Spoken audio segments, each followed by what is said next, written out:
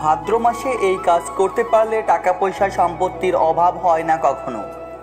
চতুর্মাসের প্রথম মাসকে বলা হয় শ্রাবণ, একই সঙ্গে এর দ্বিতীয় মাসকে বলা হয় ভাদ্র, যাকে অনেকে ভাদো নামেও চেনেন।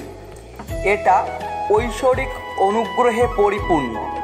আগস্টের 18 তারিখ থেকে এই মাস শুরু হচ্ছে।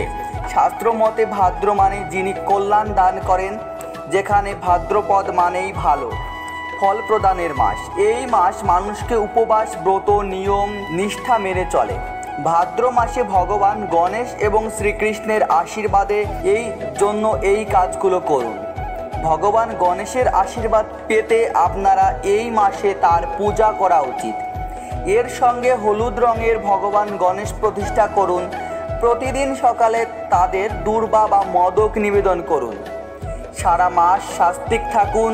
এমন করলে সকল প্রকার বাধা বিপত্তি কেটে যাবে।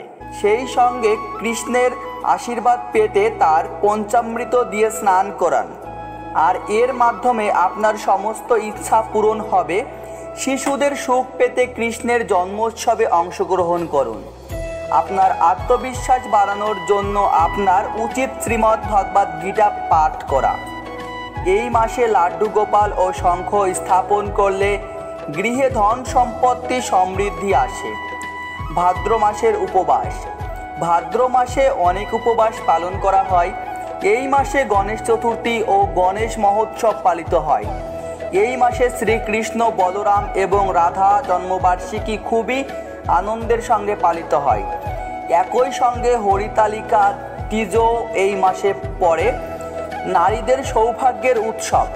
পাশাপাশি অনন্ত চতুর্দশীও এই মাসে পড়ে, যা অসীম পূর্ণ অর্জনের উৎসব। ভাদ্র মাসের নিয়ম ও সতর্কতা। এই মাসে কাঁচা জিনিস পরিহার করা উচিত।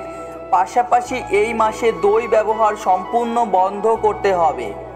সেই সঙ্গে এই মাসে রক্তচাপ বাড়ার সম্ভাবনা রয়েছে, যা আমাদের যত্ন নেওয়া উচিত। এই মাসে প্রচুর অলস্য আসে। এটি দূর করতে সকাল সন্ধ্যা ঠান্ডা জল দিয়ে স্নান করতে হবে। ভগবান শ্রীকৃষ্ণকে তুলসী নিবেদন করুন। সেই সঙ্গে আপনার স্বাস্থ্যের জন্য তুলসী চা বা দুধ ফুটিয়ে পান করতে পারেন। ধন্যবাদ বন্ধুরা। ভিডিওটি ভালো লাগলে বন্ধুদের কাছে শেয়ার করুন। নতুন নতুন ভিডিও পেতে চ্যানেলটি সাবস্ক্রাইব করুন।